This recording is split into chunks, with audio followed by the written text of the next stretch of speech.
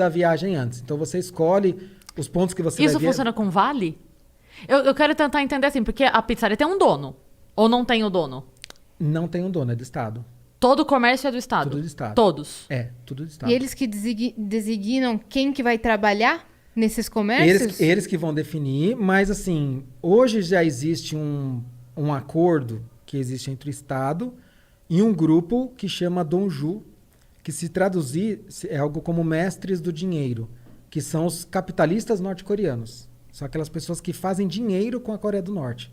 E eles, de uma certa maneira, ajudam a alavancar os negócios da Coreia do Norte. Então, por exemplo, eles têm fábricas, ou dentro ou fora, mas normalmente fora da Coreia do Norte, que eles levam norte-coreanos para trabalhar nessas fábricas, pagam um salário pífio, mas que é muito melhor que o salário que eles ganham no Estado. E com isso eles enriquecem muito. Então são milionários, são norte-coreanos de fato milionários. Caramba. Então, Isso é o quê? 1%? Não chega a 1%. Nem chega a isso. Um grupinho. É um nada. Esses milionários. Você tem uma elite do país, que essa elite corresponde a mais ou menos uns 25%, mas não é uma elite necessariamente endinheirada. A gente está falando que a Coreia do Norte ela é dividida... Uma elite social, você diria? Uma elite social. De poder. Porque a Coreia do Norte ela é dividida em castas políticas. Uhum. Então você, como na Índia, você tem as castas, né, os Dalits, aquelas coisas do que é baseado na religião. Na Coreia do Norte é uma casta baseada em política. Então, só para explicar, até 1948 a Coreia era uma só. Era a Península Coreana. Quando teve logo depois do fim da Segunda Guerra, ainda ficou um tempinho, mas logo em seguida começou a Guerra Fria, porque tem toda uma... Estados Unidos vindo por baixo, a Rússia vindo por cima, dividiu a Coreia em dois. Tá. Norte e Sul. Então eu tô encurtando muito a história, tá? Resumindo total. Resumindo muito. E aí, assim, quem era do Sul... as pessoas que moravam no Sul naturalmente não podiam ir mais para o Norte, e do Norte não podiam ir para o Sul. O Sul ficou capitalista, o Norte ficou comunista. E nessa época, aquelas pessoas que lutaram para proteger, digamos assim, lutaram do lado dos comunistas, se tornaram a elite do país.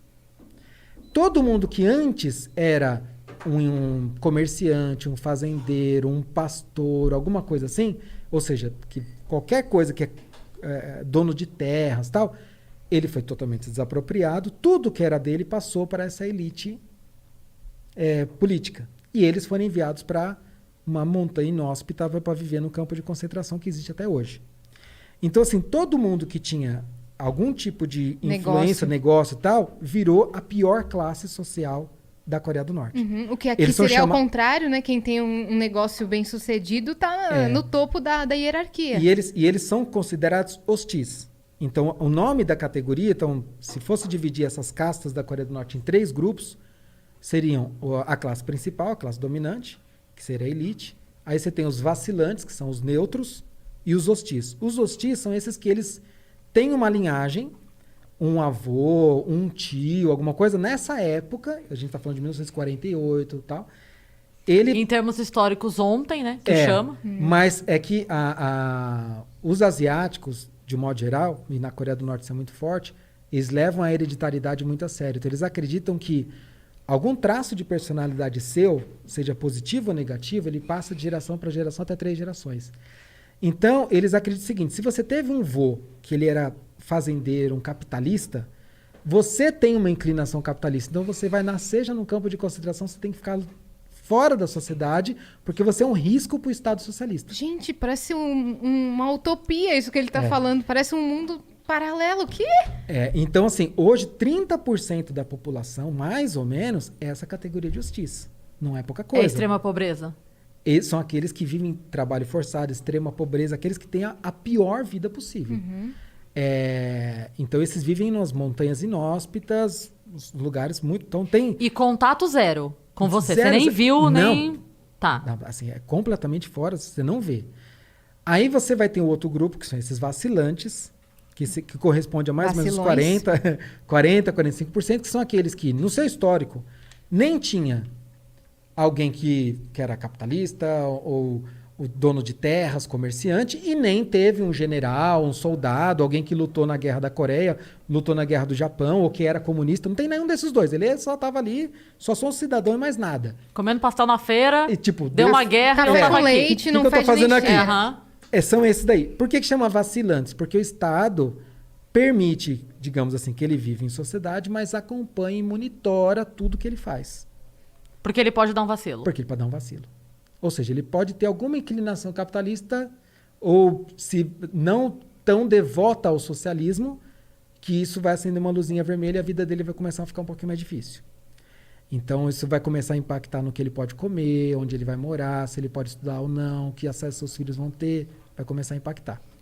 E aqueles que têm no seu histórico alguém que lutou ao lado de Kim Il-sung, por exemplo, na Guerra da Coreia, na Guerra do Japão, ou que era um comunista, tal, esses são a elite do país. Então, eles que vão poder, por exemplo, morar em Pyongyang, que é a cidade vitrine, é a capital. Capital, lá que Então, você foi. lá, na verdade, eu fui em 3 cidades lá.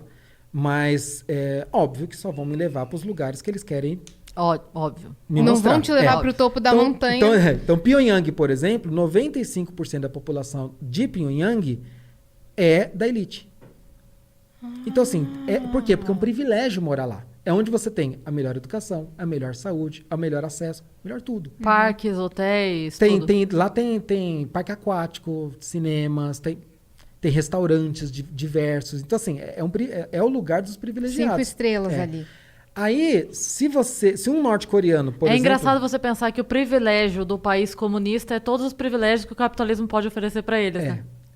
Com a diferença, né, que é o que eu costumo dizer, que assim, você num país, aqui no Brasil, por exemplo, né, isso foi uma lição que eu trouxe para mim. Aqui você pode nascer numa favela, ter uma vida terrível, péssimo acesso à educação, uma família desestruturada. Você vai poder ascender socialmente? Vai ser muito difícil. É lógico que vai ser muito difícil, assim, porque você está nascendo numa disparidade enorme, Sim. né, com Sim. pouquíssimas oportunidades. Então vai ser muito difícil. Mas alguém te proíbe? Não. Não. É difícil, muito difícil, mas ninguém te proíbe. Ninguém vai falar, você nunca, jamais vai poder estudar em tal faculdade, ou vai poder escolher o seu emprego, ou vai poder comer carne, porque você teve um avô comunista. É diferente. Né? Então, assim, e isso foi uma das coisas que eu trouxe para mim, porque quando você sai de um país que ele tem tantas regras e que você vê uma população refém de um regime, você começa a dar valor àquilo que você tem. Você fala, o Brasil é uma bagunça, isso aqui é um pandemônio. Tem um monte de coisa errada acontecendo no governo, na Câmara, na STF, um monte de coisa errada.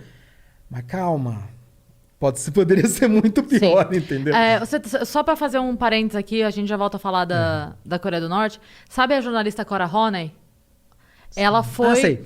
Quando veio o negócio do embargo dos Estados Unidos para Cuba, um pouquinho antes desse momento aí que você resolveu ir para a Coreia do Norte, ela foi para Cuba para fazer... Ela falou, eu quero fazer... Eu quero ir, assim, para conhecer. Então, ela não reservou nada, ela foi na loucura total, diário de jornalista mesmo. E aí, eu tenho ela no Facebook, eu estava acompanhando as publicações dela, que além de ela fazer os textos que ela ia publicar, ela postava meio que um diário. Era um diário dela. Para vocês terem ideia, ela não escrevia o diário lá. Ela fazia e levava para só publicar, porque o tempo de internet é extremamente caro. Então, ela vinha com o texto pronto, pagava 15 minutos de internet para ela falar com a família e publicar. E uma das coisas que ela falou é que tem 2 moedas no país, né? Os cookies e... qual é o outro que esqueci agora? E ela falou assim... É muito engraçado pensar que a galera vem... mas eu já fui para Cuba. Sim, você foi, mas você foi como turista. Você foi com a moeda que você compra a melhor fruta. Você não... Porque a galera de lá que